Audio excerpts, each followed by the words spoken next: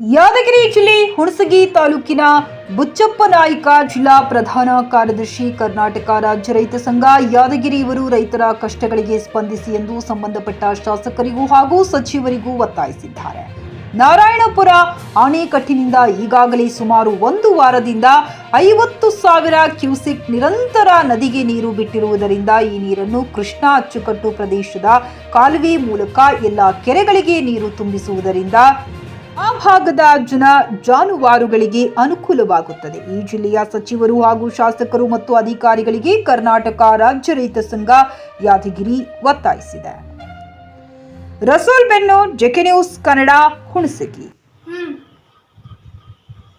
ನಾರಾಯಣಪುರ ಅಣೆಕಟ್ಟು ದಿಂದ ಕೃಷ್ಣಾ ನದಿ ನೀರೇನಪ್ಪ ಅಂದ್ರೆ ಸುಮಾರುಗಳಿಂದ ದಿನಾಲು 50,000 ಕ್ಯೂಸೆಕ್ಸ್ ನದಿ ನೀರು ಬಿಟ್ಟೋದ್ರಿಂದ ಈ ಯಾದಗಿರಿ ಜಿಲ್ಲೆಯ ಕೃಷ್ಣಾ ಅಷ್ಟಪ್ರದೇಶದ ಕೌಲಿ ಮುಖಾಂತರ ಕೆರೆಗಳಿಗೆ ನೀರು ತುಂಬೋದ್ರಿಂದ ಈ ಭಾಗದ ರೈತರಿಗೆ ಮತ್ತು ಜಾನುವಾರು ಅನುಕೂಲ ಆಗ್ತದೆ.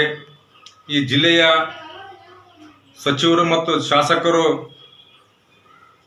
ಸಂಪೂರ್ಣವಾಗಿ ಏನಪ್ಪ ಅಂದ್ರೆ ಗಮನಹರಿಸಿ ಈ ಕೃಷ್ಣಾ ನದಿಗೆ ಹೋಗ್ತಕ್ಕಂಥ ನೀರನ್ನು ತಡೆಗಟ್ಟಿ ಈ ಜಿಲ್ಲೆಯ ಕೃಷ್ಣಾ ಅಷ್ಟಪ್ರದೇಶದ ವ್ಯಾಪ್ತಿ ಬರ್ತಕ್ಕಂಥ ಎಲ್ಲ ಕೆರೆಗಳಿಗೆ ನೀರು ತುಂಬಿಸೋದ್ರಿಂದ ಈ ಜಿಲ್ಲೆಯ ರೈತರಿಗೆ ಅನುಕೂಲ ಆಗುತ್ತೆ ಅಂತೇಳಿ ನಮ್ಮ ಯಾದಗಿರಿ ಜಿಲ್ಲಾ ಕರ್ನಾಟಕ ರೈತ ಸಂಘ ಒತ್ತಾಯಿಸುತ್ತದೆ.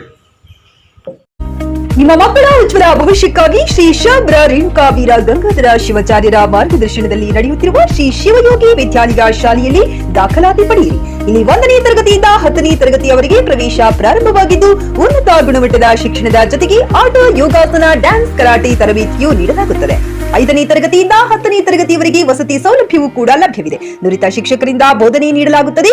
ಎಸ್ಎಸ್ಎಲ್ಸಿಯಲ್ಲಿ ಈ ಶಾಲೆಯ ಫಲಿತಾಂಶವು 100%ವಾಗಿದೆ. ಹಾಗಿದ್ರೆ ತಡೆಯಾಕೆ? ಇಂದೇ ಭೇಟಿ ನೀಡಿ ಶ್ರೀ ಶಿವಯೋಗಿ ವಿದ್ಯಾಲಯ, ಹುಮ್ನಾಬಾದ್. ಹೆಚ್ಚಿನ ಮಾಹಿತಿಗಾಗಿ ಸಂಪರ್ಕಿಸಿ 8747071091 ಅಥವಾ 9164643288.